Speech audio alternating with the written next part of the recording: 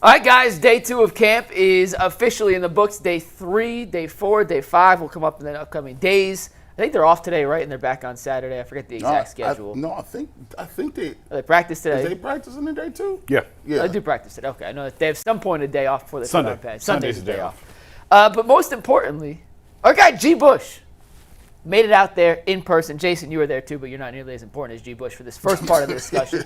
We're gonna get to he's just out there every day. We're going to get to what Andrew Berry said about Quinshon Judkins in a second. But, G, this was your first chance, your first opportunity to see the quarterback battle up close and personal with your own 2 eyes. And you titled your stream last night, The Browns' Brutal Quarterback Battle. Mm-hmm. Explain. I actually, the thumbnail said that at this point, there is no quarterback battle. There is none. Why not? We'll get to that. First and foremost, I will say this because I'm not a hater. I'd be want to let people know. The first thing I said, I saw Jason Lloyd out there, and we was watching him throw the ball and doing his thing, and I said, hey man, Dillon Gabriel got a little arm. Now, little because he's 5'3", or little because it's not that strong? No, not little. Little means it's big. Yeah. But that would sound crazy. Paul. But no, I say, hey, the ball jumps off his hand. He throws a tight spiral. Like when he's throwing outs and underneath stuff, he has a stronger arm in person than what you may need to lead on in terms of like when people talk about it. Like he has some velocity on it. Now there are some things where I saw where it gets a little muddy when he gets kind of pinned in the pocket. The pocket gets collapsed a little bit. He loses some accuracy. But that's the first thing I saw. I was like, okay, I like that. I had to tell him. I said, people think I'm gonna come out here and hate. I ain't gonna do no hating, bro. I seen it. The second thing I noticed, to me, there ain't really no difference in the skill. Like when I talk about the way they look. The Browns done really broke it all the way back down to the footwork.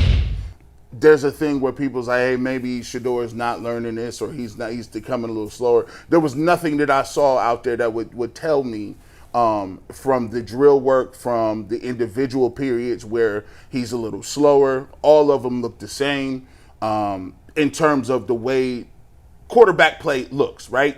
You're not going to really know anything until the bullets start flying, and then you got to do some other type stuff. But from my standpoint, I didn't see any deficiencies where one guy was just a head over heels better than the next guy. And I did see Kenny Pickett. He did throw a pick yesterday, but he did he had a nice 20-yard comeback. That was cool too. But let me get to the reason over a high level of why I say there isn't a quarterback battle.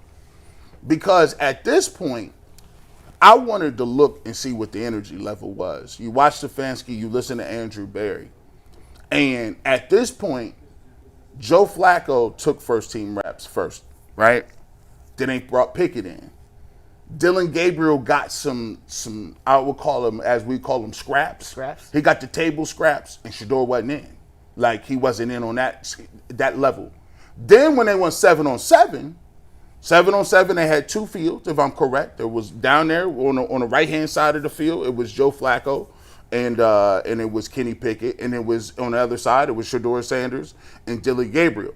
Now, when I was going to practice, as I hear them say this, right, we've been hearing all offseason, 4 quarterback race, 4 quarterback races, 4 guys. I said, oh, man, that's propaganda, bro. This ain't it.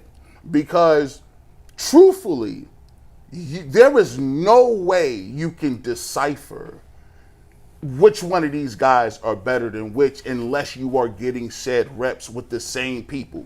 It'll be easy if you just said, I got all 4 guys one day, you're going to get all the reps ones. The next day, you're going to get them the next day, and you got the same sample size. It's like scientific method. The offensive line is the same, the receiver is the same, you're going against the number 1 defense is the same. So now I can compare. But there's no way you can compare what level these guys are on if it was a true quarterback competition. And just the way that the coaching was going, just the way that it looked, you know the difference between somebody that's in the mix and somebody that's not in the mix just by the level of what you have to do. So if you're in the back and you with the coaches, you by the coach is telling you how you got to do this and moving with this, That's not the same as you at the front and you throw and then Pickett throw. And then you throw and then Pickett throw. And they kind of leave you alone and kind of let you do what you're going to do and see how it works. They'll give you some coaching. But it was more of, in my opinion, at this moment. Now, listen, I said at this moment, it ain't a quarterback competition. Could that change? Kevin Stefanski is very wise with his words. He said, we'll readjust on Sunday to figure out what's going on. And we'll get with our coaching staff to see if anything needs to change. But as far as I'm concerned, it was very evident the Cleveland Browns are invested in two people right now. They are invested in Kenny Pickett or Joe Flacco at this moment. Now, could that change? Sure, it could. But from what I saw out there, that wasn't no quarterback competition. This looked like, the hierarchy is well established. But we've kind of known that. And we've talked about, I think at various points, it's a battle between the two veterans and a battle between the two rookies. I haven't seen anything different through the first 2 days of camp than how we left OTAs. Like, I was curious to come back. Okay, we kept saying at OTAs, Shedeur's not getting any reps with the first team. So is that going to change? And I haven't seen any change through the first 2 days from what we saw ending at OTAs. It's Kenny or Joe, and then it's the other one, and then it's Dillon. And then they break, and then Shedeur runs 7-on-7. Mm-hmm. What you saw yesterday is kind of exactly how it went during OTAs. So, and Kevin did say, like, they're going to digest on Sunday during Sunday's off day. They're going to take the first couple days, process the information, then see if they make any changes. I'm not sure what great changes. If they didn't make any changes coming off OTAs into this, I don't know what big changes you're expecting to see coming off the 1 day off after the first 4 practices. So it just kind of, it is what it is right now in terms of pecking order. And I agree with you. Like I told you yesterday, if Dillon Gabriel's 4 inches taller, I think he's a first-round pick. I've said that before on the show. The size is the only thing with him. They really like him. And I say that and everyone ignores it, and I get why they ignore it, but they like him. They really, really like him. And the way that he processes, the way that he throws, you saw the arm strength.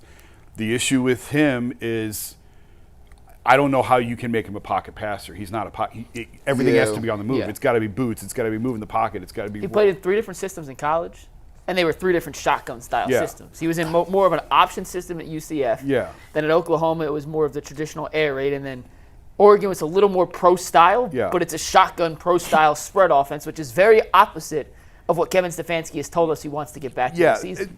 That's the funny part is Flacco is sort of if you take the interceptions out, which is a big part of it, but remove the interceptions, and Flacco I think is a lot of what Kevin likes. He's a big play-action quarterback. He can run play-action. He can stand in the pocket and pick teams apart. That's not Dillon. Yeah. Can be Kenny. Kenny can move the pocket around. He's athletic. He can move back there more than Joe. How big is Kenny? He's not as big as Joe. Well, not many quarterbacks in the NFL are. I mean, he's big enough. He's 6'2", 6'3". Yeah, about 6'2"-ish. He's there. Okay. I think when you said it, it was very evident. It was a goal line segment, and on the goal line, the microcosm of how I saw camp going, and I was okay with being like, "Oh, this ain't no competition." But was because when Dillon Gabriel was in confined spaces and when it got constricted at the goal line, it was very palatable because you could see that he had to strain and try to move. And then also with Shedeur Sanders, by the way, Shedeur Sanders looked great. I mean, with the throws he had, I didn't see anything that made me feel any different about Shedeur Sanders. But I tell people all the time, man, a lot of times with football and generally speaking with sports in general, it's not whether you can play or not. It is the fact if you get the opportunity and then what do you do with it? Because to me, I looked at it and I said the path for him to get on the field earlier than where I see it at this point has to be with if one of the veteran quarterbacks during the Eagles and the Panthers just look bad, then all of a sudden they're like, oh, okay, well, let's see what we can do with this, and maybe he might earn the reps. And then the second big thing is he has to light it up when it comes to the preseason games. I told you, the dinking and dunking, where you at the pecking order at this point, that ain't gonna get it done. You have to turn eyeballs. You have to make plays, and then when you make those plays, people will say, "Oh, well, hold on. If we we can't ignore that." Those are the two things that I saw. I'm simply speculating. There's no real information behind this, but if we came out of OTAs and Shedeur wasn't getting those first team reps, those opportunities with the higher caliber players. I heard yesterday he was throwing to equipment guys because they ran out of receivers at the end of practice. I don't know if you guys can validate that. On the goal line where he was when he was playing with, I think, the threes on the goal line when Shedeur get an opportunity. The first two plays was terrible. They dribbled the snap to him, and it was busted play. So it was just like, yeah. So if he's not getting those reps now after the entire off time between OTAs and now, and he's only getting limited reps in these legitimate training camp practices, he has to just, and it's putting unfair pressure on him. Yeah. Go 4 for 4 with 4 touchdowns, and not touchdowns in terms of practice stats, Jason, because I could see but like 4 deep bombs or four plays where he makes. Oh my God, the first 3 was the flat. He took just to get a chance to get more reps to showcase more. I'm not sure how he's going to move up the pecking order if he's getting such limited reps. And I don't know who you take those reps from. I'm not even saying it's a negative on what the Browns are doing. I'm just not sure how you handle that situation. Here, I mean, the reality is it's July 25th. It's going to start getting late really early for the 4th-string quarterback. Unless there's an injury. Like if there's an injury of some sort or something like that, or there's an opening. We see all of training camp practice, it's an hour. Yeah. It's an hour and 15 minutes. Compared to the rest of the day and what they're doing in the film room and in the quarterback room and 7, everything 8, else. 9 hours that we don't see. Exactly. So we're only going off and of the 70 minutes that they're out there, probably 20 to 22 are worthy. And the rest are stretching or they're throwing against air. You know, it doesn't, you know, it just doesn't matter.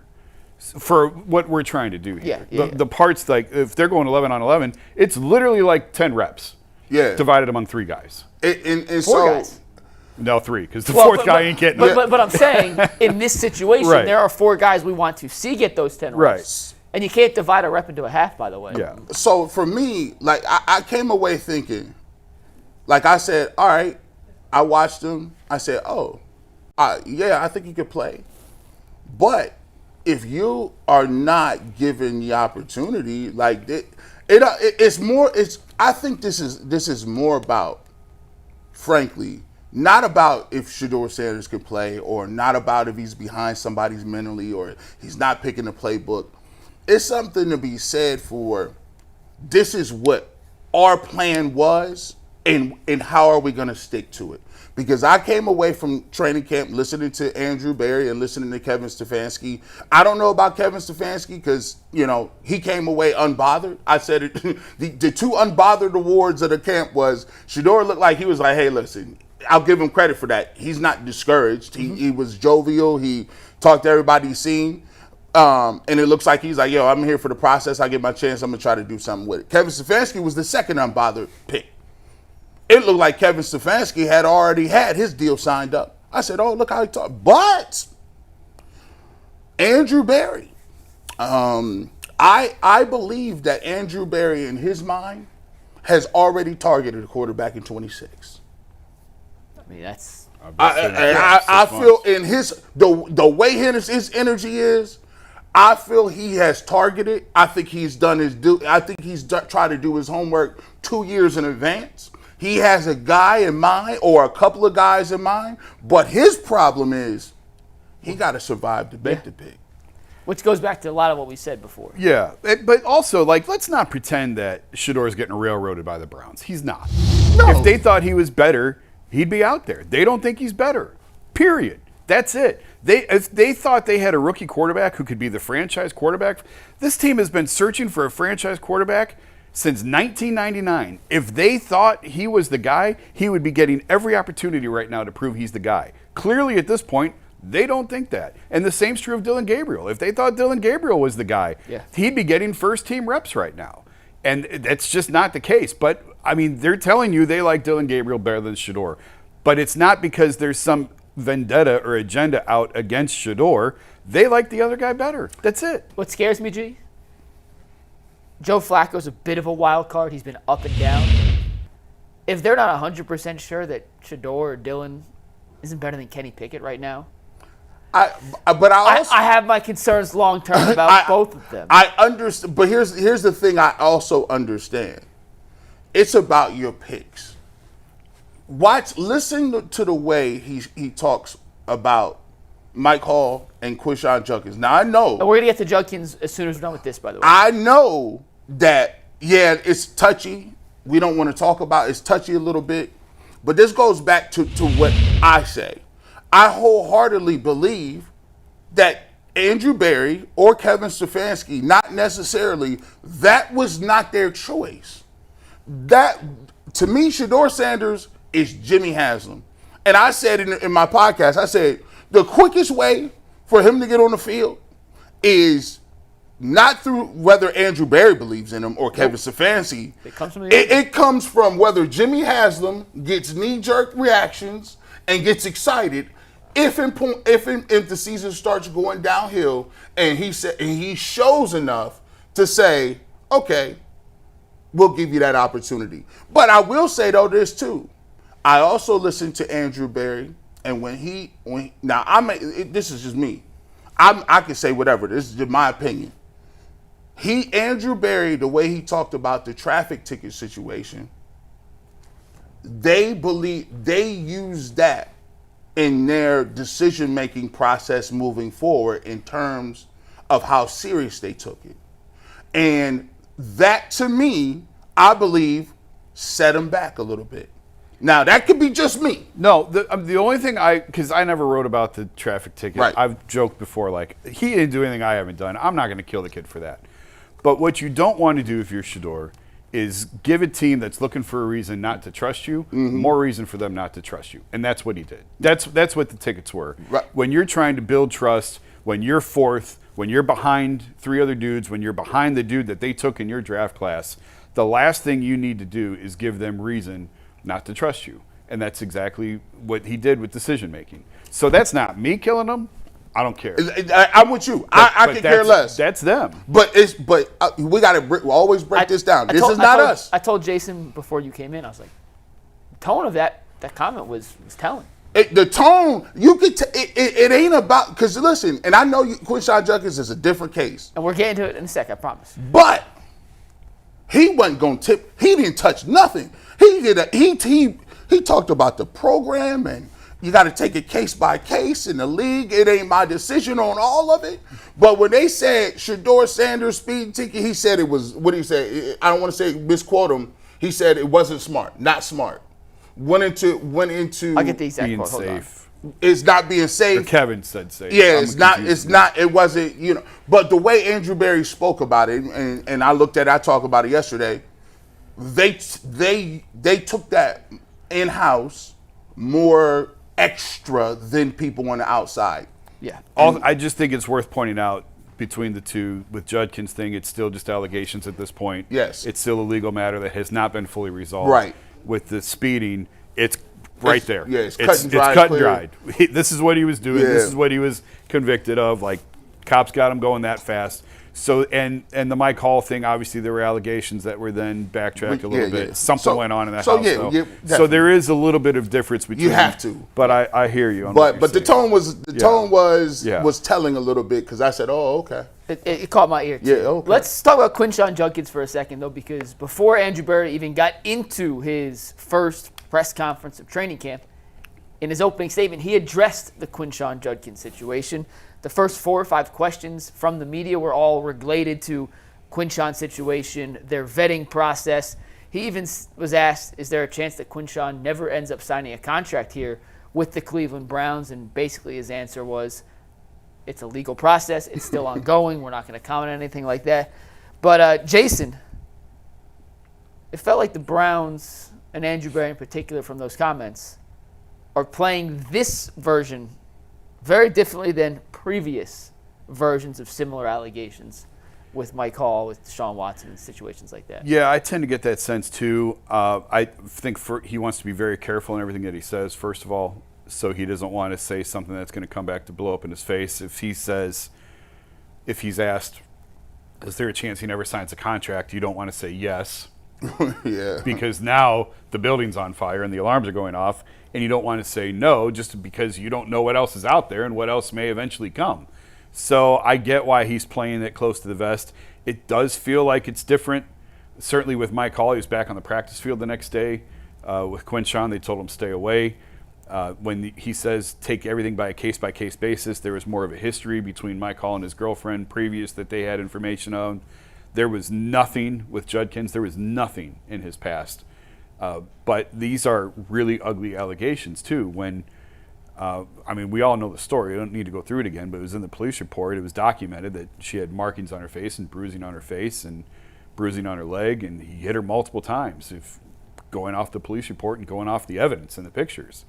So I think that they do need to take these things. Like, the Kareem Hunt thing was John Dorsey, and Kareem was fine when he was here. Mm-hmm. They took a chance on him, and he was a solid citizen while he was here. But then, the Deshaun thing, and there was other things like with Perion Winfrey and whatever, but it didn't rise to this level. But now Mike Hall, and now this. At some point, you gotta start taking a stand on some of this stuff of what do you want to be? What kind of organization do you want to be? And what do you want to be known for? And I've had other executives from other sports talk about that. And what are you going to stand for? And what are you going to allow and what aren't you going to allow? And I think maybe they're reaching the point on this of like, enough is enough. Like, how are we going to handle this? What are we going to do about this? Just my opinion. He was such a high pick. He is going to sign. He's going to have a career here in Cleveland. But I think that they want to be very careful in how they let this play out. Now, if he's a 5th round pick, 6th round pick, he's probably gone. Gone. But the fact he was almost a 1st round pick, a high 2nd round pick, and by the way, you traded from 2 to 5 and that's what you got.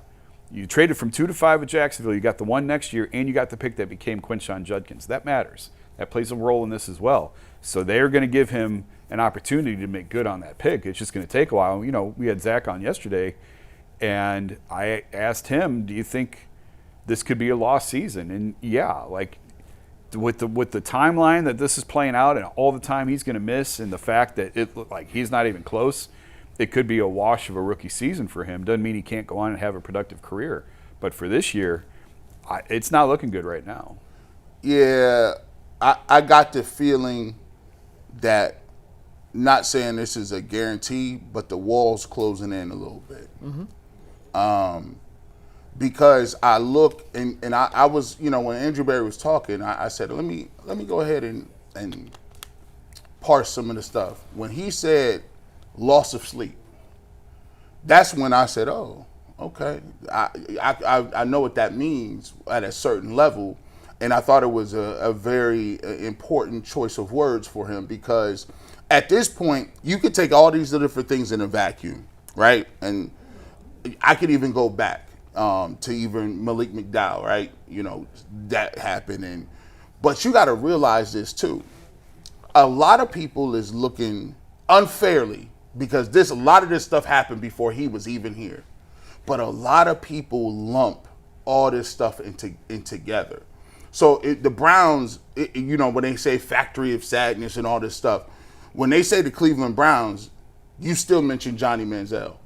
You still mention Josh Gordon, right? You still mention Kellen Winslow Jr., right? These are the names that you hear about.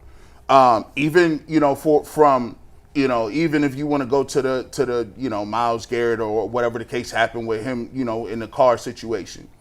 What happens is you start to be the bearer of all of those things. You start to be the person that's a representative, because you're there now.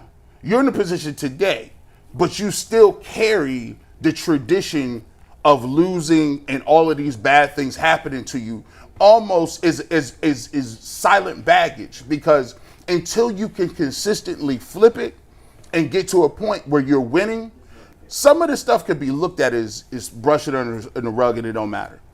But when you taking L's on top of it, and then you look at it and say, hey, listen, you had to Perion Winfrey. That's the point. You taking these L's, and now you talk about, and I know people don't want to hear this, but I saw so many different people, and it's been crazy. In the grocery store walking, they said, G. Bush, man, they got rid of Nick Chubb and this guy gets getting in trouble, and you try to explain to him it's not the same. But them people don't care nothing about that. All they know is you drafted him in the second round, and you didn't give Nick Chubb a contract. You're the guy who traded for Deshaun Watson, whether it was behind all you or you were forced, you had your hand forced. You're the guy who let Nick Chubb go. You're the guy who hasn't won. The guy with Perry on. You could avoid a lot of headaches if you win. Yep. And you look at the good teams around football, like the Chiefs, for example, right? They had the Rasheed Rice situation. He been going crazy for. He just got sentenced for 3-4 years. He just got sentenced, I believe, to 30 or 60 days in jail, which he can serve during the offseason over the next 4 years. That doesn't become a distraction in the story because when you win, it just gets kind of swept under the rug, right or wrong. Mm-hmm. With the Ravens and the Justin Tucker situation, he's not a quarterback, he's a kicker. I understand it's not exactly apples to apples, but the allegations were incredibly similar to the Deshaun Watson situation. But because the Ravens have a track record, by the way, not the greatest off-field track record between Ray Rice, Ray Lewis, some other Terrell Suggs, Justin Tucker. But when you win and you have this establishment this reputation. You got Lamar Jackson like this. And he can basically stiff-arm some of the negative stuff away, push it out, and everyone forgets because there's football to talk about. Right. And there's excitement around the season, and there are expectations. And you don't get drugged down by these off-field issues. With the Browns right now, it's just the perfect storm of misery, basically. And I don't, if there's a better word, please help me find it. But you went 3-14 last year. You haven't had a playoff season since COVID, right? That was the last time they made the playoffs. They've won one playoff game in 30 years, basically. Houston. They lost at Houston. Lost to Houston. Okay, good call. Yeah. I meant won a playoff game. You're coming off a 3-14 season. You don't have a quarterback right now. You drafted 2, which has led to all these other side conversations. You had the off-field issues, and you're a GM on the hot seat. Like, it's just the perfect collection of bad circumstances to lead us to have these conversations. And when you're the same GM who has brought in multiple players that have had similar issues, whether it's fair or not, because to Jason's point, there wasn't this track record on Quinshon Judkins' past that said, hey, that's a red flag. Right. It still leads to questions about the vetting process because we have to ask those questions. Did you miss something? This case, it seems like the Browns didn't miss anything. This is a one-off kind of situation, but it's just a bad situation overall to be in, and the way Andrew Berry addressed and handled that situation did feel very different from the similar allegations in the past with Mike Hall, Deshaun Watson, Perry on Winfrey, and how they've handled those. And I think, Jason, you said it. I don't personally blame Andrew Berry for Quinshon Judkins. No. I mean, Andrew Berry is a family guy. He's a solid guy. He has good morals. He has a great moral compass. He's highly educated. Seems like a good dude. He has nothing. He didn't go out here and do that. And guess what? We all love to pick Quinshon Judkins at 2 places. Yep. Ole Miss. I mean, I talked to Tyvis. Tyvis knows him. I said, yo, Tyvis, you seen it? Nah, bro, I had nothing. Yeah. So it's tough for me to sit here and crucify him for it, but here's what I do know. The GM position is tough, and rightfully or wrongfully, you get credit for some things, and you unfairly get blamed for some things. Just some of the stuff you get credit for, by the way, is if a scout is standing on the table saying, draft Puka Nacua, for example. Oh, yeah. We don't know which scout. We don't know if that was a Les Snead pick in L.A., if that was a crazy. random West Coast scout, but guess who gets the credit? General manager, I got Puka Nacua. I picked him up off the scrap heap. And Jason, you've told us NBA stories where the GM may want one player, scouts want a different player, it ends up going in a totally different direction, and guess who gets blamed? The general manager. GM gets fired. I get yelled at on Twitter all the time. I can't believe UCSS said that. UCSS has never said a single word in its life. That was Jason Bull, JG Bull, me, whoever. You just put the clip up. Yeah, like I just hit the button. And you know what the crazy part about it is? I just said earlier. I said, but I don't think Andrew Berry signed up for Shedeur Sanders, and I think he already got a person that he want to pick, right? But guess what? If Joe Flacco get hurt and then Kenny Pickett stinks it up, and then Shedeur Sanders comes in and plays well, he gets all the credit. Guess who's going to get the credit He's for a it? genius. Yep. He's going to be like, yo, he's seen it coming. As a matter of fact, we did our evaluation and we knew in our heart of hearts that he had it in him. He going to get credit for it.